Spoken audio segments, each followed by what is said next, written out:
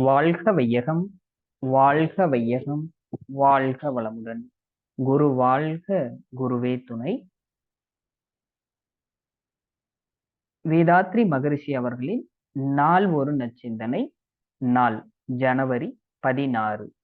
தலைப்பு வாழ்த்து. வாழ்த்து எல்லா மந்திரங்களுக்கும் மேலான திருமந்திரமாகும். ஒருவரை நாம் வாழ்த்தும் போது அந்த உயிருக்கும் நம் உயிருக்கும் ஒரு உயிர் தொடர்பு, சங்கிலி தொடர்பு ஏற்பட்டு வாழ்த்து அதன் மூலம் வேலை செய்யும். ஒருவரை நாம் வாழ்த்தும் தகுதியை பெறுகிறோம். அந்த அளவுக்கு நமது பெருந்தன்மை தானே வளர்ச்சி அடைகிறது. இந்த வாழ்த்து பேரறிவில் பதிவாகி அதன் மூலம் அடிமனதிற்கும் பரவி நாளாக நாளாக நட்புணர்ச்சி வளர உதவும். வெறுப்புணர்ச்சி தானே மறைந்துவிடும்.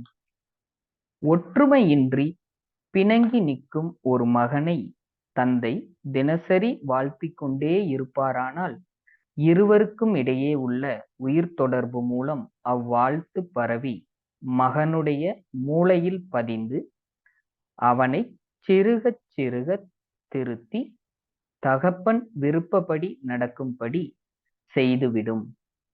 கணவன் மனைவி இடையேயும் இப்படித்தான். இது நான் அனுபவமாக பல குடும்பங்களில் கண்ட உண்மையாகும். வாழ்த்தின் மூலம் தேவையான எல்லா நன்மைகளும் கிட்டும். அதனால்தான் கடவுளை கூட வாழ்த்தும் பக்தர்களையும் பக்தி பாடல்களையும் நாம் பார்க்கிறோம். கடவுளை வாழ்த்துவதன் மூலம் எல்லோரையும் வாழ்த்தும் நட்பழக்கத்தை மனிதன் ஏற்படுத்தி கொண்டான். இதனால் மனவளம் பெருகுவது நிச்சயம். அருட்பேராற்றல் கருணையினால் உடல் நலம், நீலாயுள், நிறை செல்வம், உயர் புகழ், மெய்ஞானம் ஓங்கி வாழ்க வளமுடன் என்று வாழ்த்தி பயன்பெறுவோம். அருள் தந்தை. வாழ்வின் பலன்களை அனைத்தும் நீங்கள் ஏற்க அருகிலுள்ள தவ மையங்கள் மற்றும் அறிவு திருக்கோயில்களை தொடர்பு கொள்ளுங்கள்.